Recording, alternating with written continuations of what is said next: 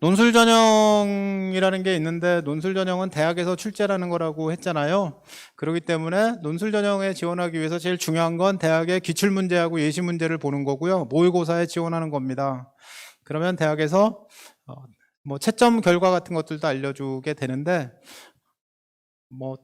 일단 기본적으로 경쟁률이 무지무지하게 높아서 붙기가 쉽지가 않다라는 것이고요. 기출문제를 풀어보면 내가 보면 붙을지 안 붙을지 본인이 알 수 있다, 이렇게 생각하시면 되겠습니다.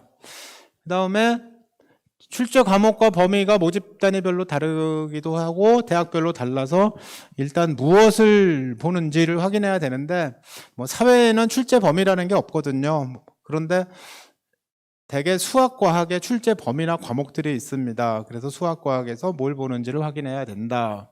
그 다음에 논술 시험 일정을 확인해야 됩니다. 겹치는 날에 있는 대학을 지원할 수는 없잖아요. 논술 시험이라는 게 언제 있냐면 대부분 수능 끝난 다음 주, 다음 주에 있게 되거든요. 면접, 논술 그런 것들이 계속 진행이 되는데 이게 시험 볼 수 있는 날들이 많지가 않아서 실제로 굉장히 많은 대학들이 논술 시험 보는 날들이 겹쳐 있어요. 그래서 일정을 확인해라. 수능 최저가 있는 전형들이 많이 있는데 수능 최저가 생각보다 높아서 저기 저렇게 하면 수능으로 가지 내가 왜 저기를 논술로 가는 거야 라고 생각할 수도 있는데도 있다. 수학의 경우에 대학별로 수학 논술 과목을 제시하고 있는데 금년도 것도 작년하고 대동소이합니다. 다시 확인을 해봐야 되는데요. 모집 요강이 나오면 알 수가 있습니다만 모집 요강 5월달 되면 나옵니다. 그런데 수학 논술 과목 보니까 연세대학교는 1학년에 배우는 공통수학도 있고 그리고 수완, 수투, 확률과 통계, 미적분도 있고 기하도 있고 모든 수학이 다 있고 등 전체는 뭐야 또 경제수학에서 낼 수 있다는 그런 얘기죠. 그래서 연세대학교 수리논술 보는 학생들이 이공계 보는 학생들이 야 어떻게 내가 저걸 다 해. 내가 수능에서 미적분 볼 거니까 미적분 하나만 했는데 확률 통계 기하까지 다 해야 된다고? 안 되지. 거기는 내면 떨어지지. 이렇게 되겠죠. 그래서 과목들을 보면 연세대학교 다 보는데 여기만 해도 확통, 미적, 기하를 다 본다. 경희대, 광운대, 당국대, 동국대 이런 데도 수완수투에다가 확통, 미적, 기하를 다 보니까 학생들이 공부해서 수능으로 대학 가려고 하는 것보다는 좀 더 넓게 공부를 했어야 된다는 거죠. 어떤 대학은 예컨대 멀지 않은 가천대가 있습니다. 거기는 수원, 수투만 본다. 가볍구나. 그죠? 그래서 가천대학교 이 정도 되면 경쟁률이 높겠죠. 대학별로 보는 과목들이 다르다. 서울대학교, 고려대학교는 왜 없지? 고려대 여기 세종 캠퍼스 조치원에 있죠. 고려대 세종 캠퍼스인데 본교는 왜 없는 거야? 본교에서 논술을 안 뽑아요? 서울대도 논술고사가 없어요? 네, 그래서 없는 대학 빼고나 나머지 대학들은 이렇게 보니까 이 과목들을 어떻게 정했을까요? 그 대학에 지원하는 학생들 풀을 보니까 이 정도면 경쟁자가 생겨. 그리고 만약에 연세대학교가 우리 학교는 수완수투만 봐야지 이렇게 얘기하면 아무리 어렵게 내도 점수 구분을 할 수가 없는 상태가 되죠. 동점자가 너무 많아질 거야. 그래서 좀 더 어려운 과목들을 많이 늘어놓고 시험 문제를 내게 된다는 말씀이죠. 결국 학생이 이렇게 보고 내가 이 정도 수준에 있는 대학을, 이 정도 시험 범위에 있는 대학을 가겠구나 하는 것들을 찾아보면 된다인 거고요. 다음 이제 실기 실적 전형이라는 게 있습니다. 예체능은 대개 실기 시험을 봅니다. 실기 전형이 있는데 실기 전형은 꾸준히 실기 준비를 해야 되는데 가끔 이런 말씀 물어보세요.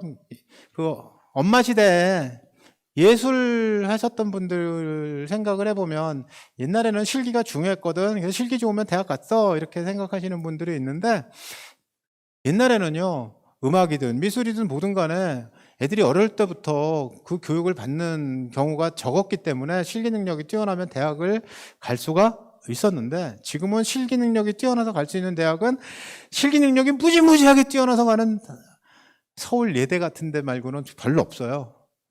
대부분은 실기 능력은 기본으로 갖춰져 있고 나머지 내신이 괜찮든가 수능 최저가 잘 좋든가 뭐 이런 것들이 관련을 맺고 있습니다.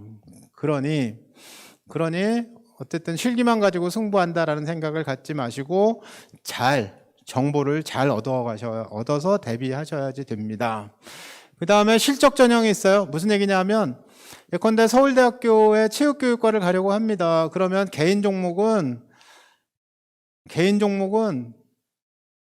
뭘 안 할까요? 실기 테스트를 안 해요.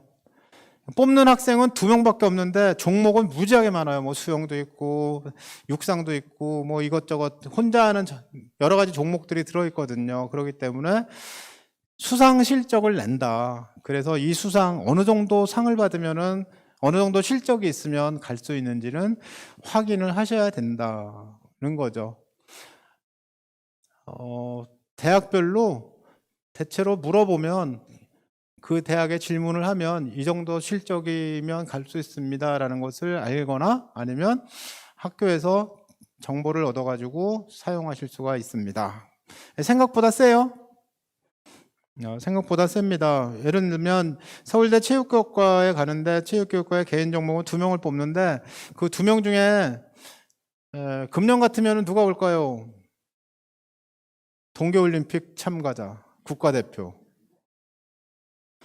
거기 수능 최저 있는데 그걸 맞춰? 그 정도 맞춰. 그러니까 동네에서 스케이트 좀 잘 타거든. 나 길거리 농구에서 챔피언이야. 택도 없는 말씀. 그런 얘기입니다. 그래서 확실히 어느 정도 실적이면 되는지를 개인 종목의 경우는 확인을 해야 되고요. 단체 종목의 경우는 실기 테스트를 하는 경우가 많이 있어서 학교에서 실기 시험을 보게 되죠.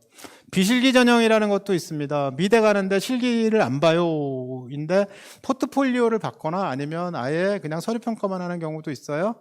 비실기 전형으로 가려면 입학한 뒤에 실기로 들어온 학생들하고 같이 공부를 해야 되기 때문에 실기 능력이 조금 떨어져야지 많이 떨어지면 안 된다.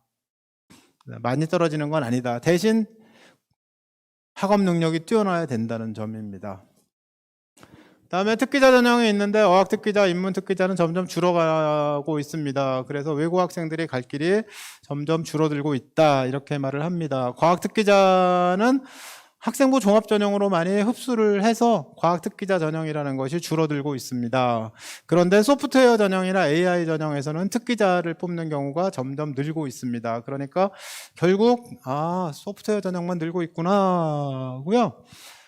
소프트웨어 전공이거나 아니면 뭐 AI 전공이거나 이런 데서 뽑는 방식은 2가지인데요. 하나는 지금 잘하는 사람, 또 하나는 앞으로 잘할 것 같은 사람. 지금 잘하는 사람은 수상 경력이 있어야지 지금 잘하는 걸 알 수가 있죠. 그래서 수시 특기자 전형이라는 것이 있는데 국민대를 예를 들면 제출 서류로 학교생활기록부하고 포트폴리오를 받은 다음에 인정 대회에서 상 받은 게 있어요. 그래서 A급 대회는 1위면 1000점, B급 대회는 1위가 960점 이렇게 정해져 있습니다. A급 대회 2위, 3위, 4위, 5위까지 가도 B급 대회 1위보다 높아요. 그래서 A급 대회에 나가야 되는데 그럼 A급 대회는 뭐냐?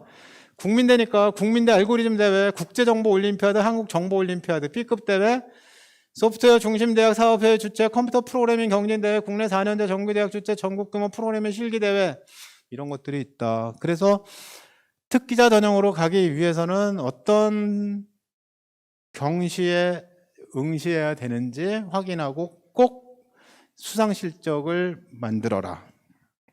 그냥 잘해요 그러지 말고 수상 실적을 만들어라. 특기자 전형은 그걸 받아요. 그런데 학생부 종합 전형으로 그냥 잘할 것 같은 애는 누굴까요? 소프트웨어 전공에서 잘할 것 같은 애는 미적분을 잘하고 물리학을 잘한 학생 이렇게 될 수밖에 없죠. 소프트웨어에 관심을 가지고 있는데 잘해. 소프트웨어 관심 가지고 있는 걸 어디서 보지? 볼 데가 없어요. 그러니까 공부 잘하는 학생, 학생부 종합전형엔 앞으로 잘할 것 같은 교과를 잘할 것 같은 학생을 선발하게 된다 이런 얘기입니다. 그러니까 학생부 종합전은 특기자전형 아니니까 특기자전형으로 가야지라고 마음먹으면 수상실적, 실적이 있어야 된다라는 얘기입니다.